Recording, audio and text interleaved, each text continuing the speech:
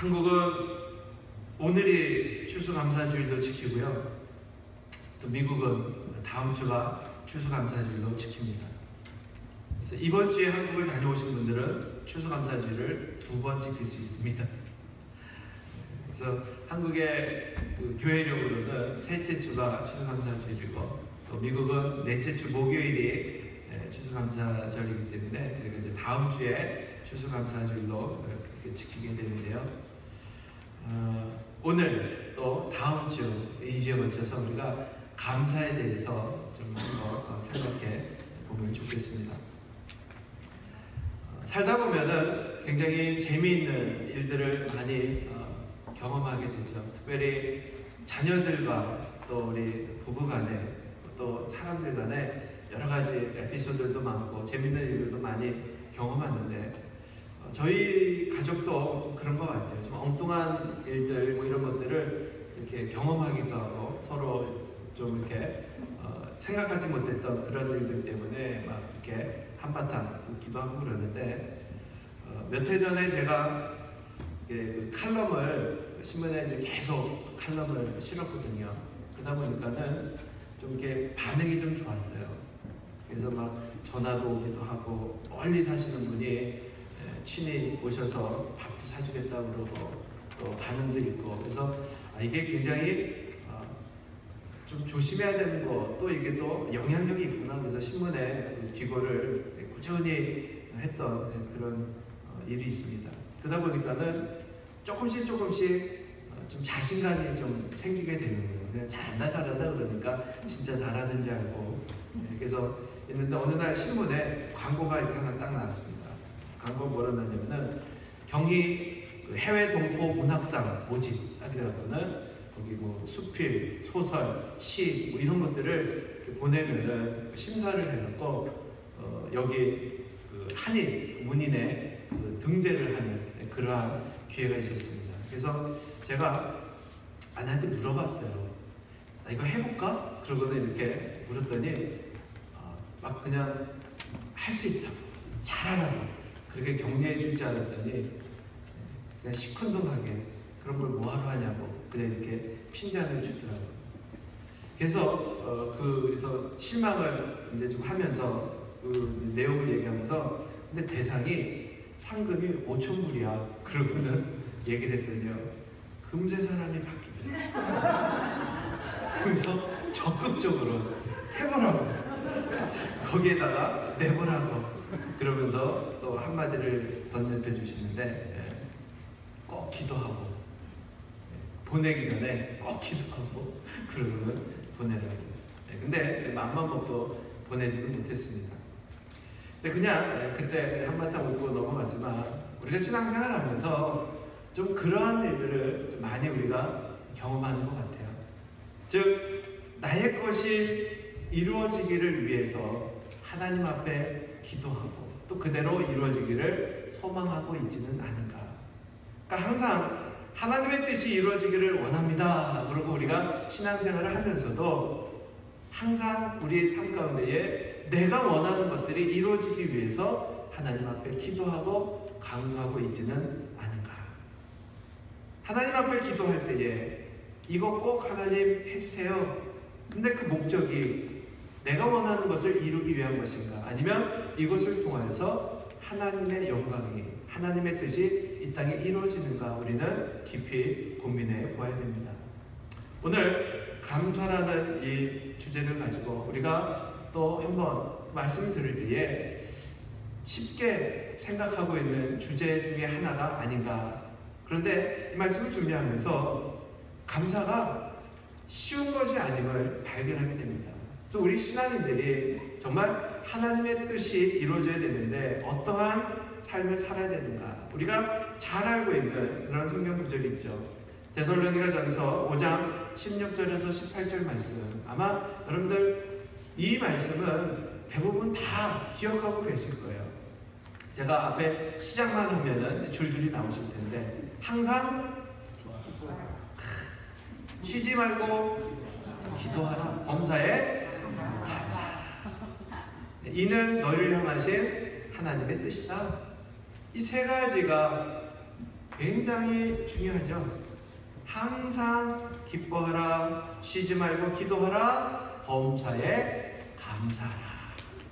이것이 하나님의 뜻이랍니다. 그러니까 즉 우리가 하나님의 뜻이 이루어지기를 원합니다라고 우리가 하나님 앞에 간구할 적에 이 세 가지, 특별히 오늘 주제가 감사니까 범사에 감사하라, 이 말씀을 가지고 우리가 한번 도전을 받기를 원해요. 많은 사람들이 남에게 줄 것은 이렇게 잘 생각을 못하고 받을 것은 기억을 잘합니다. 그러다 보니까는 은혜도 그런 것 같아요. 내가 누군가에게 은혜를 베푼 것은 기억을 잘해요. 저 사람 왜 나한테 고맙다고 얘기 안 하지? 이런 건 기억을 잘하는데 내가 받은 거, 내가 누군가에게 감사를 표해야 되는 것들은 쉽게 잊어버린다는 거죠. 우리가 생각하고 있는 감사, 어떤 이익이나 어떤 좋은 일들이 일어났을 적에 우리는 이러한 상황 속에서 감사를 해야 된다고 이야기를 합니다. 그런데 분명히 성경은 우리에게 언제 감사라고 이야기하고 있는가? 범사에 감사하라. 여러분, 이 범사가 어떠한 상황을 우리에게 표현하고 있는가? 이 범사는 좋은 일이든지 슬픈 일이든지 아니면 우리의 살아가는 모든 환경 속에 모든 것들을 다 포함한 것이 바로 범사라는 거예요. 오늘 말씀은 우리가 많이 들어서 특히 또 추수감사주일 되면은 이 등장하는 그런 부분의 내용입니다. 아합은 어디 있느냐? 이러한 내용을 가지고 많이 아마 우리가 말씀을 들으셨을 거예요.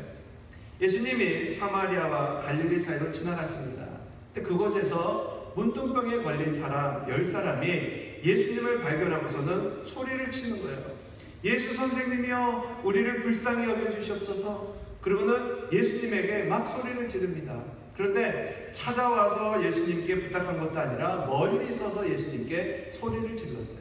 당시 우리가 문화를 좀 알아야 되는데, 당시에 그 문둥병은 그 사람들이 생각할 때에 하나님께 저주받아서 그렇다, 그러고는 전염성이 심하다, 이렇게 믿었습니다. 그러다 보니까는 사람들 가까이 가면은 안 됐어요. 왜? 전염되기 때문에. 그리고 이것은 부정한 거예요. 하나님 앞에 저주받아서 생긴 병이에요. 그렇기 때문에 사람들과 가까이 가면 안 됩니다. 그래서 따로 마을 한쪽 떨어진 곳에서 이 사람들을 모아놓고 그렇게 격리시킨 채로 살아갔어요.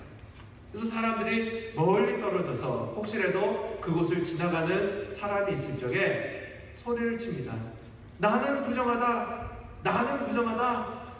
그러면은 사람들이 듣고, 아, 저 사람 문둥병자구나. 그러고는 그 사람을 피해서 멀리 돌아갔다는 거예요. 그만큼 문둥병자들은 그 당시 사람들과 어울려 사는 사람이 아니라 소외되고 또 사람답게 그 대접을 못 받고 살아가는 아주 그 비참한 삶을 살고 있는 사람들이었어요. 그런 그들이 예수님이 사람들을 고쳐준다는 이러한 소식을 듣고 멀리 서서 소리를 칩니다.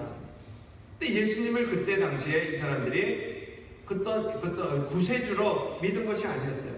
왜? 그 단어를 보니까 예수 선생님, 우리를 긍휼히 여기소서. 즉 굉장히 용한 그런 의사 정도로 이 사람들이 생각한 거예요. 예수 선생님, 오늘날로 이야기하면 의사 선생님이죠.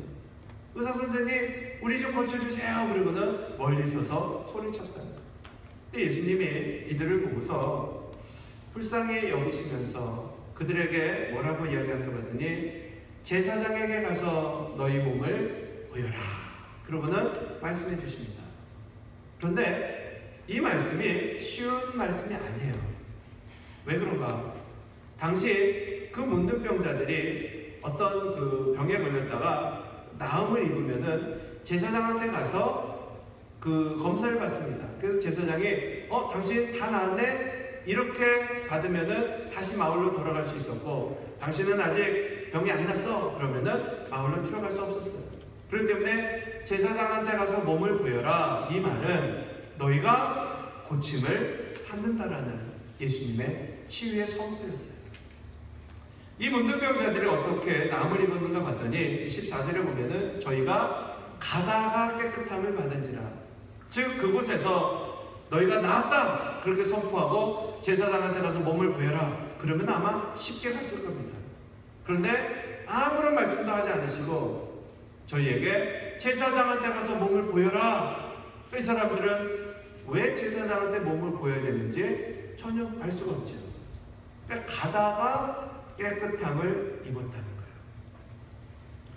병이 나니까 이들이 그 행동을 보이는데 어떤 행동을 보이는가? 기뻐 뛰며 찬양하며 하나님 앞에 영광을 돌립니다. 당연한 거죠. 비참한 삶을 살아갔던 사람들이 몸에 그 질병이 싹 나은 거예요. 막 그냥 기뻐 뛰고 찬양하고 하나님 앞에 영광을 돌립니다.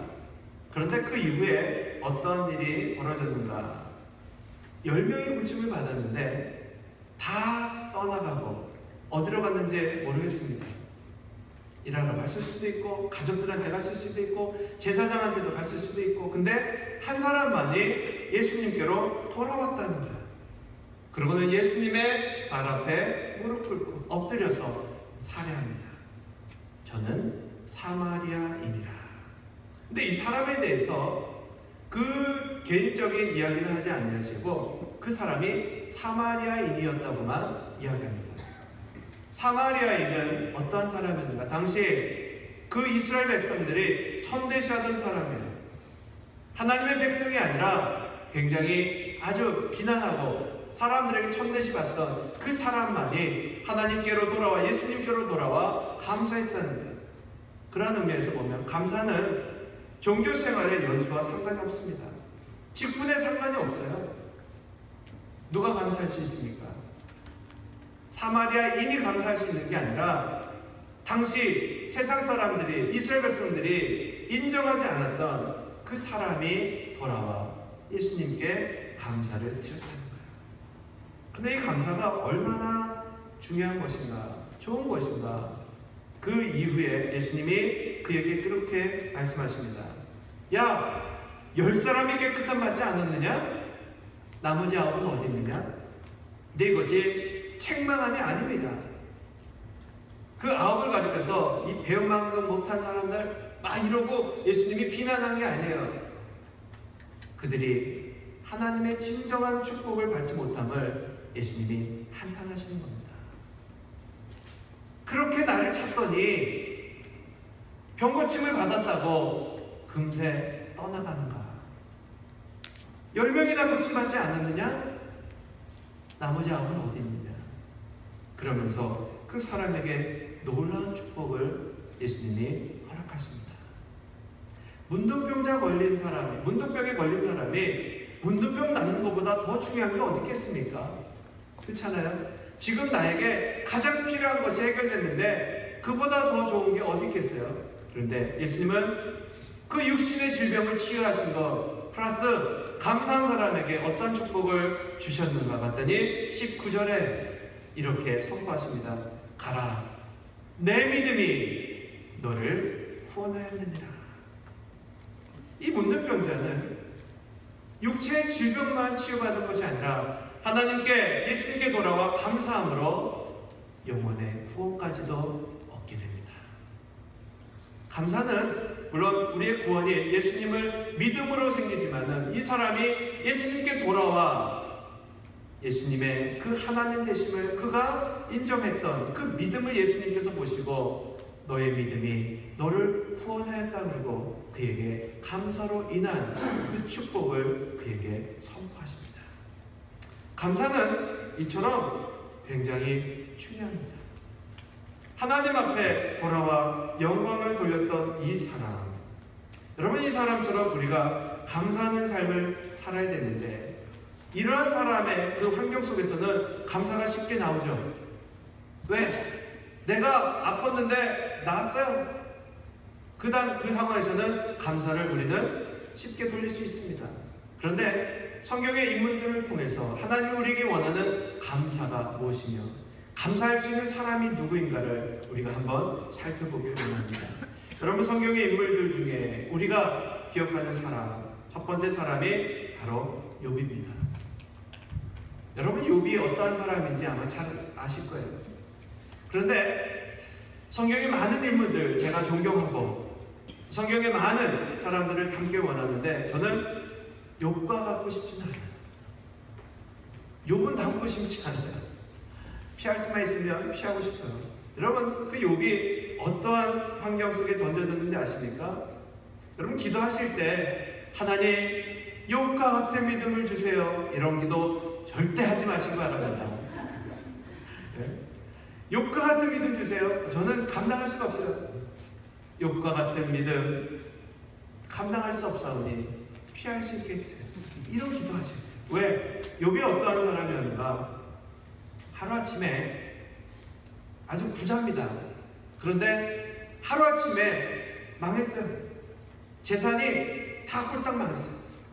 그리고 자녀가 7이 있었는데 한 자리에서 모두 다 죽습니다. 재물을 잃어버리고 자녀 7이 다 죽었어요. 근데 다시 도전할 수도 있는데 그 욥의 육체에 엄청난 질병이 찾아옵니다. 얼마나 괴로운지 기왓장을 갖다가 몸을 막 벅벅 긁으면서 피가 고름이 막 쏟아져 나오는 그러한 고통 속에 욥이 빠졌어요. 엊그저께 금요일날 그 파리에서 테러가 일어났지 않습니까? 한번 그렇게 생각해 보세요. 가족이 식당에 파티를 간 거예요. 오랜만에 야 우리 가족 외식하자. 근데 그곳에서 테러범이 와서 막 총기를 난사한 겁니다. 같이 간 가족이 그 자리에서 다 죽었어요. 근데 나만 우연히 살아남은 거예요. 근데 총을 막 여기저기 맞아갖고 몸에 불구가 됐어요. 정상적인 생활을 못해요. 그리고 테러범이 폭탄을 터뜨려서 집, 사업 이것이 다 홀라당 다 파괴됐어요. 여러분, 이 상황이 됐다면 어떤 감정이 들겠습니까? 아마 미치지 않고서는 견딜 수 없을 겁니다. 그런데 욥이 재산을 잊어버리고 자녀 7이 죽었고 몸에 그런 고통이 왔는데 뭐라고 고백하느냐? 주신 이도 하나님이시오, 취하시는 이도 하나님이시다. 하나님의 주권을 인정하는 거예요. 근데 이것으로만 끝나는 것이 아니라 또 욥이 뭐라고 고백하는가? 이 고난이 지나면 내가 천군과 같이 되어서 하나님 앞에 다시 서게 될 거라고 하나님의 주권을 인정합니다. 여러분, 아무나 할 수 없는 그런 고백이죠. 그죠? 하나님, 내가 뭔 일을 지어서 나한테 이러한 고난을 허락하십니까? 그리고 울고불고 막 난리쳐야 되는 상황이 아니라, 여러분, 주신 이도 하나님이시니 취하시는 이도 하나님이시고, 내가 이 고난을 견디고 나면 내가 더 하나님 앞에 천국과 같이 되겠다. 그 상황 속에서도 욥은 흔들리지 않는 그 믿음을 욥이 간직했던 것, 우리가 이것을 기억해야 됩니다. 또 한 사람은 다윗을 우리가 생각해 볼 수 있어요. 다윗 그러면 여러분 탁 떠오르는 사람이 누굽니까? 다윗과 다윗과 요나단 그 가수들 이거 말고 다윗과 그러면 골리앗이 생각이 나죠, 그죠? 다윗과 골리앗. 그래서 다윗 그러면 골리앗과 싸워서 이긴 용맹스러운 하나님의 사랑받는 자, 이런 것들을 떠올립니다. 그러니까는 다윗 그러면 데이빗, 야 이거 닮고 싶고 막 그런데 다윗이 골리앗과의 전쟁 이후에 어떤 일이 벌어졌는가? 다윗이 전쟁에서 승리하니까 백성들이 다윗을 막 찬양하는 거예요. 사울은 천천히요, 다윗은 만만이로다. 그러면서 이 다윗을 막 칭송하니까, 오늘날로 얘기하면은 이 대통령이 있는데 사람들이 이 여당의 대표를 막 더 칭송하는 거예요. 대통령보다 우리 여당 이 대표가 더 최고다. 그러고는 막 칭송하는 거예요. 그러니까 대통령이 삐졌어요. 질투하는 거예요. 사울이 다윗의 그 전쟁 속에서 이 다윗을 인정하고 칭찬한 것이 아니라 그때부터 다윗을 죽이려고 합니다. 전쟁에서 골리앗과의 싸움에서 이기고 돌아오자마자 그때부터 이 다윗을 죽이려고 해요. 그러니까 다윗이 전쟁에서 승리하고 돌아와서 도망다닙니다.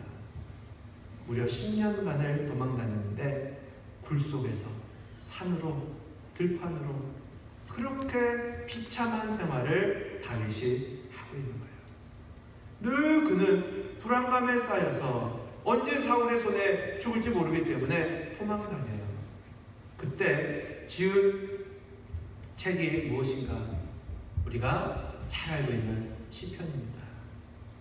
시편의 내용들을 보면 하나님을 찬양하고 하나님 앞에 우리가 영광을 돌리는 그러한 내용들이 참 많은데요. 그런데 다윗의 시들을 보면요, 다윗은 어떻게 고백하고 있는가? 그는 시편을 이렇게 고백합니다. 우리 시편 13편 한번 잠깐 볼까요?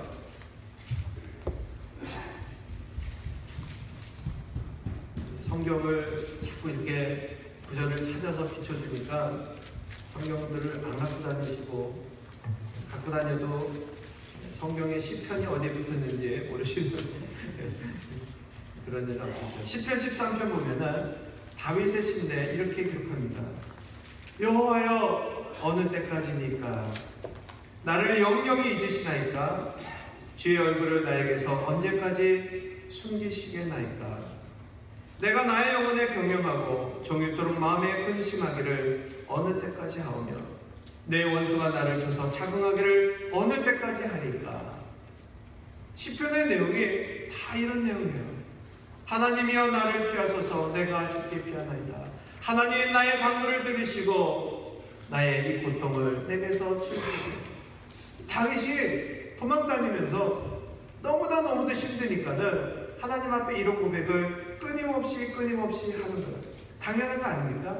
그런데 그 시편이 그렇게 시작한 내용들이 끝에서는 어떻게 마무리를 짓는가? 나는 오직 주의 인자하심을 의뢰하였사오니 내 마음은 주의 구원을 기뻐하리다. 내가 여호와를 찬송하리니 이는 나를 후대하심이로다. 그러니까 고통으로 시작된 그 다윗의 시편들이요, 마지막에는 하나님을 찬양하리로다. 그러고는 끝맺음을 계속 맺습니다. 왜? 이 다윗은 그 고통 가운데서도 하나님의 그 하나님 되심을 기억하고 있는 거예요. 그가 지은 시편 중에서 우리가 잘 알고 있는 시편 23편, 여호와는 나의 목자시니 어떻게 해요? 내가 부족함이 없으리로다. 다윗이 왕의 자리에서 진수성찬을 다 깔아놓고 배를 두들기면서 여호와는 나의 목자시니 내가 부족함이 없다 이러고 고백했다면 아마 배가 아플 거예요. 왕이니까 나도 저 위치에 올라가면 나도 저렇게 고백할 수 있어. 아마 우리는 그렇게 생각할 거예요. 그런데 다윗이 이 고백을 언제 합니까? 도망다니면서 굴 속에서 내가 사망의 음침한 골짜기를 다를지라도 해를 두려워하지 않을 것을 하나님이 나와 함께 하시기 때문이다. 다윗이 이런 놀라운 고백을 한 것은요, 좋은 환경이 아니었어요. 도망다니면서 그 죽음의 그 고통 속에서 여호와는 나의 목자시니 내가 부족함이 없다고 고백을 합니다. 정말 이해할 수 없는 상황이죠. 마지막으로 한 사람을 더 우리가 보기 원합니다. 사도 바울입니다. 사도 바울은 바울이 되기 이전에 사울이었어요. 그는 세상의 모든 것들을 다 가진 자입니다. 오늘날로 치면은 기업 총수예요. 국회의원입니다. 그리고 신학 박사입니다. 뭐 남부를 것이 없는 위치예요. 예수님을 믿는 사람을 핍박하다가 그가 예수님을 만나게 됩니다. 그러고 나서 예수를 만난 이후에 어떻게 하는가? 자기가 가지고 있는 세상적인 지위를 다 버렸어요. 국회의원 배지도 버리고 자기가 가지고 있는 시민, 이런 로마 시민권 이런 것도 버리고 명예 뭐 이런 것 다 버립니다. 그러고 나서는 예수님의 복음을 들고 세상 다니면서 복음을 증거하는 거예요.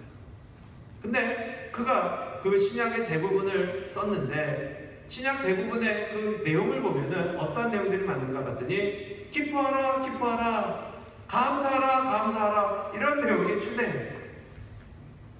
이 사람의 그 내용을 보면서 사도 바울의 그 상황을 보면은 그가 세상의 지위를 다 가진 상황에서 여러분 기뻐하십시오 감사하십시오 그러면은 아까 앞에서 이야기한 다윗처럼 아마 배가 아플 거예요. 당신이야 세상의 것들을 다 가졌으니까 그런 얘기 할 수 있지. 나처럼 지금 이런 힘든 상황에 처해봐. 감사가 나와? 기뻐하라는 말이 나와? 그리고 아마 욕할 거야. 근데 이 서신서들을 언제 사도 바울이 기록했는가? 예수님의 복음을 들고 나갔던 그가 감옥에 갇힙니다. 그리고 병사들한테 붙들려서 매를 맞습니다. 죽을 만큼 그가 고통을 받아요. 그러고 나서 두드려 맞고 피를 흘리면서 감옥 안에서 그가 무슨 일을 하고 있는가? 편지를 쓰는 거예요. 감사하라, 감사하라. 기뻐해라, 기뻐해라. 사도 바울이 미쳐갖고 지금 그렇게 서신서를 씁니까? 아니야. 하나님 앞에 감사할 조건들은 좋은 환경이 아니라 매를 맞으면서도 감옥 안에서도 할 수 있는 것임을 그가 바로 발견했기 때문입니다. 여러분, 이 감사의 축복을 우리가 발견해야 됩니다. 그리고 정말 하나님 앞에 감사해야 됩니다. 신앙인의 척도, 신앙의 분량을, 믿음의 분량을 이렇게 따질 때에 우리가 찬양, 간구, 이것이 시작입니다. 하나님을 찬양하고 하나님 앞에 기도하는 것, 이것은 신앙의 시작이에요. 마지막 단계가 어딘가? 그게 바로 감사입니다. 감사할 수 있는 성도는요, 신앙의 최결정에 다 올라온 사람들이에요. 언제 감사해야 됩니까? 범사에 감사할 수 있는 것. 이 범사에 감사가 쉽지 않아요. 누가 감사할 수 있습니까? 받은 은혜를 아는 사람이 감사할 수 있습니다. 감사는 받은 은혜를 우리가 느낄 때 감사합니다. 때를 따라 비를 주시고 우리가 숨 쉴 수 있도록 공기가 있고 우리가 이 가치를 모를 때는요 감사 못하죠. 뜨거우면 뜨겁다고 투덜대고 비가 오면 비 온다고 투덜대고 추우면 춥다고 투덜대고 이것이 아니라 이것을 거꾸로 비가 오면 감사하고 뜨거우면 감사하고 우리가 하나님 앞에 감사가 환경에 따라서 바뀌는 것이 아니라는 거예요. 많은 사람들이 대부분 죽을 병에 걸리면 삶의 소중함을 비로소 느낀다고 합니다. 죽을 병에 걸리면 모든 사람들이 다 소중한 사람임을 그때서 느낀다고 합니다. 아주 사소한 것에서도 감사가 터져나온다고 해요. 벌써 이제 아버님이 이제 소천하신 지 2년이 이제 돼가는데 저희 아버님이 장 수술을 이제 받으셨거든요. 장기를 이렇게 1m를 이렇게 잘라내셨어요. 그러고 나서 이제 병원에 있는데 평상시에 저희 아버님이 관략근이 좀 안 좋으신지 걸어 다니시면서 이렇게 방구를 잘 키세요. 이렇게 앞에 있으면은 지나가면서도 묵 하고 키우고 하세요. 그리고 이제 막 옆에다가 아빠 그러면서 막 이제 투덜대고 막 그러는데 평상시에 방구를 푹 끼면은 막 이렇게 구박받고 그랬는데 병원에서 그 의사들이 원하는 게 뭐냐면은 올 때마다 물어봐요. 방귀 나왔냐고. 안 나왔다고. 그러니까 방귀가 나와야 되는데 방귀가 안 나오는 거예요. 3일이 됐는데도 방귀가 안 나와요. 평상시에 방귀 낀다고 구박을 받았는데 방귀를 가족들이 다 기다리고 있었어요. 근데 어느 날 누워서 방귀를 푹 하고 끼시는 거예요. 옆에 있던 주변에 있는 사람들이 막 박수 치면서 아이고 좋다 아이고 좋다 그러면서 방귀 꼈다고 여러분 그렇게 좋아한 적 있으십니까? 우리가 그런 병에 걸리니까 방구 소리에도 우리가 감사를 하더라고요. 그것이 기쁨이 되더라고요. 막 아이들이 소리치고 그러면 좀 조용히 해라 시끄럽다 우리가 이렇게 얘기하잖아요. 근데 아이가 병이 들어서요 말을 못해요. 성대에 어떤 결절이 생겨서 말을 못해요. 그때 부모님의 심정은 이 아이가 전처럼 정말 제발 좀 시끄럽게 말을 했으면 좋겠다. 그러고서는 우리가 간절히 또 그렇게 사모하지 않습니까? 지금 내가 행하고 있는 모든 것들이요 여러분 사소한 것 같지만 이것이 모두 기적입니다. 그리고 다 감사할 조건이에요. 오늘 이 자리에 나오신 것도 하나님의 은혜인 줄 믿습니다. 나오고 싶어도 나오지 못한 사람들이 있어요. 몸에 질병이 찾아오면 못 움직입니다. 우리가 숨을 쉬는 것도, 이게 내가 호흡하는 것도, 이것도 기적이에요. 누군가는 호흡기를 껴야지만이 호흡할 수 있습니다. 내가 하고 싶다고 하고 하고 싶지 않다고 할 수 없는 것이 아닙니다. 안 하는 것이 아니에요. 하고 싶어도 할 수 없는 그때가 곧 온다는 거예요. 요즘 제가 운동 배드민턴을 이렇게 치고 있는데, 같이 치시는 분들 이렇게 보니까 처음에 같이 시작했던 분들 중에 여러분이 못 치세요. 왜? 팔이 아파서. 치고 싶어도 못 치시는 거예요. 그분들 보면서 마음이 참 안타까워. 왜? 그분들이 아프고 싶어서 아프겠습니까? 근데 이것뿐만이 아니라 우리가 살아가면서 그러한 일들이 얼마나 참 많을까요? 지금은 내가 결정할 수 있다고 생각하는 것 같지만 그렇지 않습니다. 곧 내 마음대로 할 수 없는 그때가 찾아온다는 거예요. 은혜는 우리가 누리고 있는 것을 발견할 때 비로소 하나님 앞에 감사할 수 있다는 거예요. 또 감사는 겸손한 자가 할 수 있습니다. 교만은 감사를 느끼게 하지 못합니다. 교만은 멸망의 성공이에요. 지금 내가 가지고 있는 것, 지금 내가 누리고 있는 것, 여러분 이것이 어디에서부터 주어졌습니까? 내 것이다라고 우리가 고집할 때는 감사하지 않습니다. 왜? 내 거니까. 그러나 이것이 하나님으로부터 주어졌다라고 우리가 인정할 때 비로소 우리는 감사를 할 수가 있어요. 지금 내가 가지고 있는 것이 내 것이 아니라 하나님이 주셨다는 것을 우리가 발견할 때 우리는 비로소 감사를 할 수 있다는 겁니다. 하나님 앞에 낮아지시고 겸손해야 합니다. 마지막으로 감사는 상대방의 수고를 알 때에 우리가 감사할 수 있습니다. 자녀를 낳아봐야지 부모님의 심정을 비로소 안다고 해요. 어저께 계속 하루 종일 저희 아내가 저를 좀 이렇게 귀찮게 했습니다. 귀찮게 한 이유가 큰아이랑 연락이 안 된다는 거예요. 하루 종일 전화를 안 받는다. 아침부터 밤까지. 아이, 놀겠지, 어쨌지. 근데 걱정이 된다는 거예요. 불안하다는 거예요. 자꾸 얘기하니까 신경이 쓰이잖아요. 저도 저녁에 이제 계속 전화를 해봤어요. 안 받아요. 텍스트를 보내도 안 해봐요. 그래서 11시, 12시 했는데도 안 받아요. 전화가 안 되는 거예요. 그래서 이제 잠도 이제 막 설잠 자다가 표현은 안 했지만 1시 만에 전화를 또 했어요. 안 받아요. 계속 신호는 갔는데 메시지로만 넘어가고 애가 안 받는 거예요. 이런 일이 한 번도 없었는데. 그러면서 이제 마음속에 그래도 이제 계속 하나님 아멘 없겠지, 아멘 없겠지. 이제 계속 스스로 이렇게 얘기했지만 그냥 한쪽으로 자녀를 이렇게 걱정하면서 제가 한 번도 그렇게 부모님한테 그런 걸 이렇게 표현해 본 적은 없는데 저도 잘할 때 그랬던 것 같아요. 연락 안 하고 그냥 어디 막 놀러 가고 그랬던 것 같아요. 그때 부모님들이 이렇게 걱정하셨겠구나. 비로소 부모님의 마음을 알아가는 거죠. 오늘 아침에 다행히 연락이 됐습니다. 아직 저는 통을 못했는데 주일이기 때문에 참고 있어요.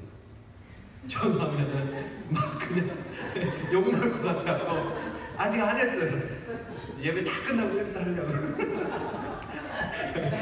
그래서 은혜를 이제 하기 위해서 일단은 참고 저녁에 너 그러면 안 된다 그러고 이제 좀 이따가 전화하려고 좀 참고 있는데 우리가 상대방의 수고를 알 때 그때 비로소 감사가 나온 것 같아요.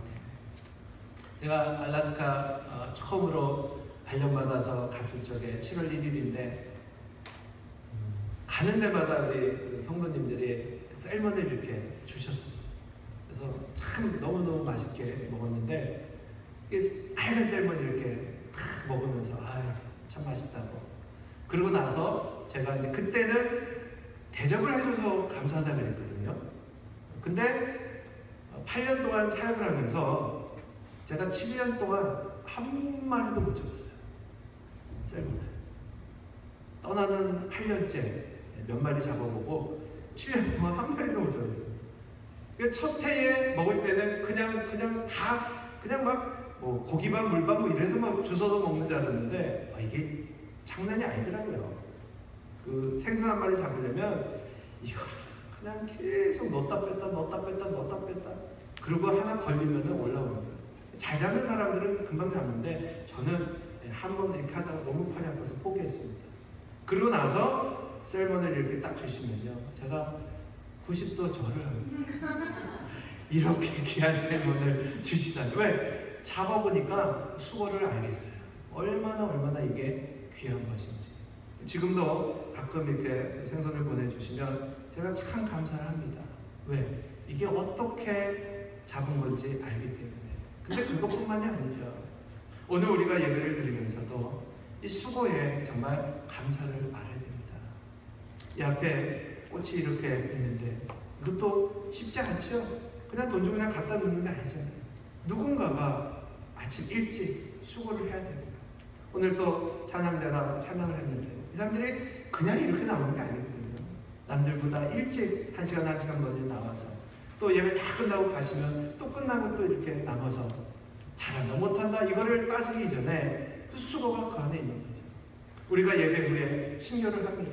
누군가는 또 주방에서 땀 흘리면서 또 음식을 준비한 거거든요. 그런데 우리는 쉽게 그것을 먹잖아요.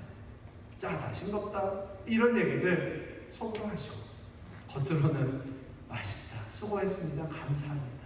바로 이 수고들이, 감사가 상대방의 수고를 우리가 알 때에 비로소 이런 것들이 서로 간에 주고받을 수 있는 그런 관계가 되는 겁니다. 그리스도인은 감사의 능력을 소유한 자입니다.